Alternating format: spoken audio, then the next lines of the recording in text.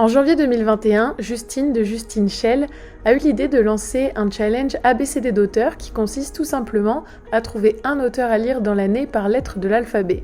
J'ai décidé de le refaire cette année. Comme Justine, vous pouvez vous imposer des petites règles comme une parité homme-femme, de la littérature étrangère, au moins un classique, ou bien vous pouvez faire les choses à votre sauce, un peu comme moi. C'est une super opportunité de découvrir plein de nouveaux auteurs, donc je vous laisse découvrir ma palle de 26 auteurs à découvrir en 2022.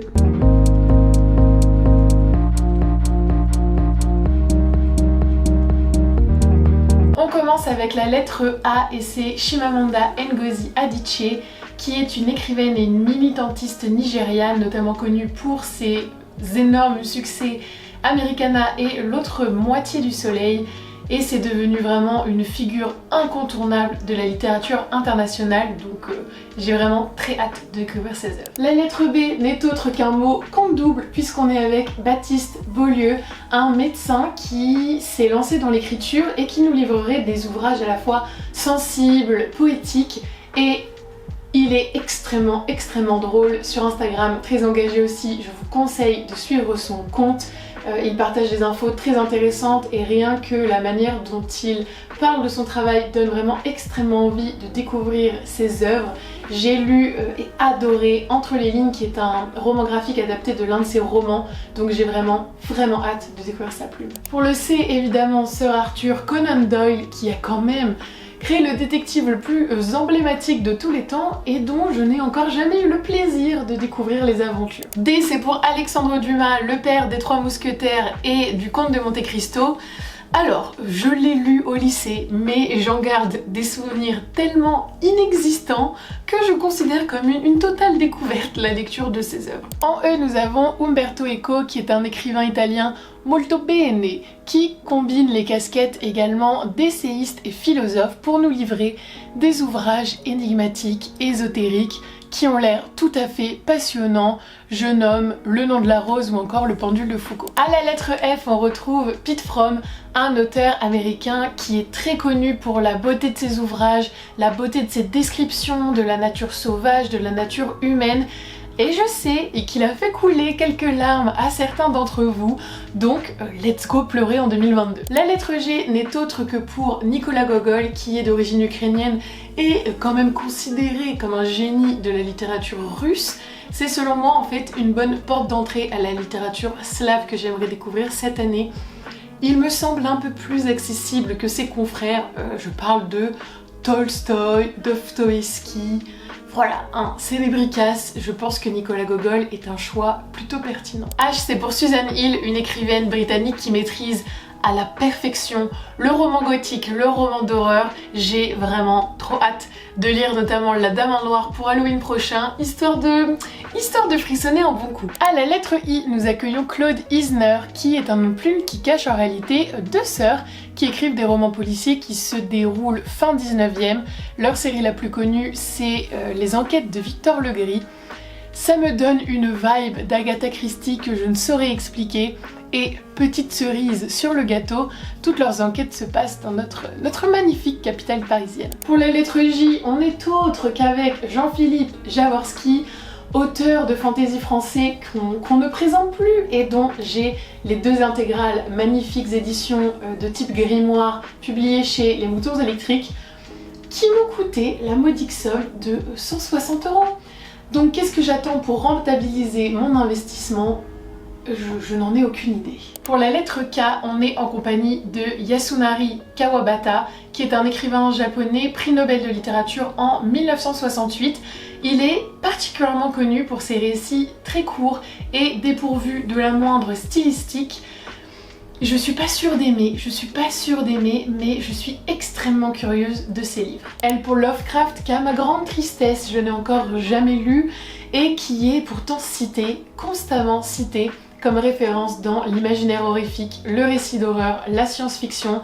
Donc 2022, c'est l'année où je comble cette lacune. La lettre M pour Gabriel Garcia Marquez, dont le livre 100 ans de solitude est le livre dont j'entends absolument partout qu'il faut absolument le lire avant sa mort.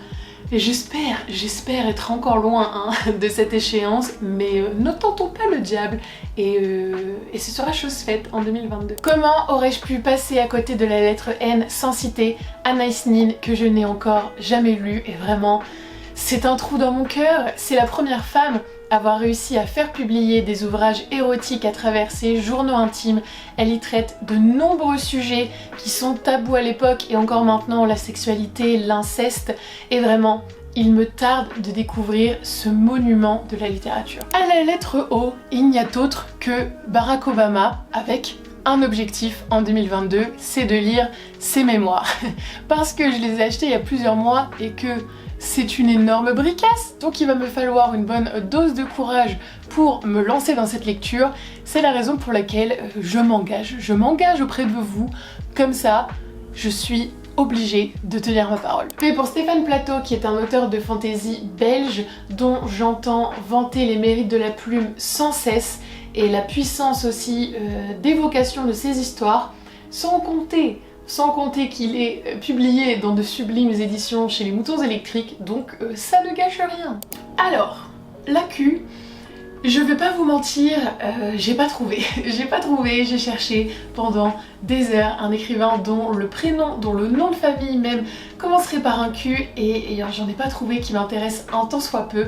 Donc s'il vous plaît aidez-moi à vos suggestions, dites-moi si vous avez des idées en commentaire, ne laissez pas ma liste ABCD d'auteurs avec un trou au milieu s'il vous plaît. Le R c'est pour Ivan Repila dont je veux absolument lire le roman Le Puits depuis que Cécile Coulon en a parlé dans un épisode du Book Club. Vraiment, je n'arrive pas à me sortir ce livre et cette histoire de la tête, donc il est temps d'exorciser le tout. À la lettre S, Dan Simmons, évidemment, qui est un auteur de SF et d'horreur qu'on ne présente plus, qui a fait ses preuves avec notamment la saga culte d'Hyperion. Et je sais qu'il a trouvé sa vocation en découvrant et en lisant Jack Vance, donc ça, si c'est pas un bon signe... Ici j'ai décidé de placer Jessica Townsend à la lettre T parce qu'elle a écrit la saga Nevermore qu'on n'arrête pas de comparer à Harry Potter. Est-ce qu'il en faut plus pour me convaincre? En U nous avons Hugo Bienvenu qui est un dessinateur qui nous a pondu quelques pépites ces dernières années, notamment Préférence Système qui me tente beaucoup. Et oui, j'ai triché puisque le U est dans son prénom, mais m'en voulez pas. À la lettre V, nous avons Elisabeth von Harburg que j'ai envie de découvrir précisément pour son ouvrage Chronique du Pays des Mers dont je n'ai entendu que d'excellentes critiques. C'est un livre de SF qui a l'air absolument incroyable et Elisabeth von Harburg n'est autre que l'une des écrivaines de science-fiction les plus reconnues, donc rien que ça. Pour le W, j'ai un peu honte de dire que je n'ai jamais lu H.G. Wells, qui est un peu quand même considéré comme le père de la science-fiction contemporaine et le père des ô combien connus La Guerre des Mondes et La Machine à voyager dans le temps. Il est temps de pallier mon inculture cette année. Et à la lettre X, je suis ravie d'avoir pu placer l'autriche chinoise Xin qui nous amène à la découverte de la Chine à travers ses romans de l'enfant unique, Mémoire de Chine, Parlez-moi d'amour. C'est des œuvres qui ont l'air à la fois belles mais aussi très dures pour nous faire découvrir la Chine d'autrefois, la Chine d'aujourd'hui et j'ai vraiment hâte de voyager en sa compagnie. Le Y c'est pour Ai Yazawa qui est l'autrice de la série de manga Nana, c'est l'un des plus grands succès du Japon. Ici je triche un peu puisque j'ai déjà lu les premiers tomes de Nana quand j'étais enfant, adolescente, quand j'attendais mes parents pendant qu'ils faisaient les courses, j'allais au rayon BD du Carrefour et je lisais pendant qu'ils faisaient les courses avec mon frère. Donc j'ai lu les premiers tomes de Nana à ce moment-là et vraiment je veux redécouvrir, je veux relire cette saga un peu comme Dumas, mais vraiment ma mémoire est inexistante à ce sujet. Donc c'est vraiment un nouveau départ mais j'ai vraiment très envie de redécouvrir cette série de mangas. Alors pour le Z, et non je ne parle pas de Zemmour, mais pour le Z, j'avais rien, on va pas se mentir, je vais tricher, je vais mettre un auteur que j'ai déjà lu mais dont j'ai terriblement envie de continuer à découvrir l'œuvre globale, c'est Stefan Zweig, donc voilà, je triche, c'est la deuxième fois. Qui a dit qu'on n'avait pas le droit d'être Joker? Pas moi. En tout cas, j'espère que ce petit ABC d'auteur vous aura plu. Ça m'a personnellement beaucoup amusé de le préparer, de le tourner. Si vous avez la foi Bah écoutez, faites votre propre ABCD, reprenez-le, faites circuler le concept. Franchement, c'est une petite liste sympa à créer. Allez, à la prochaine!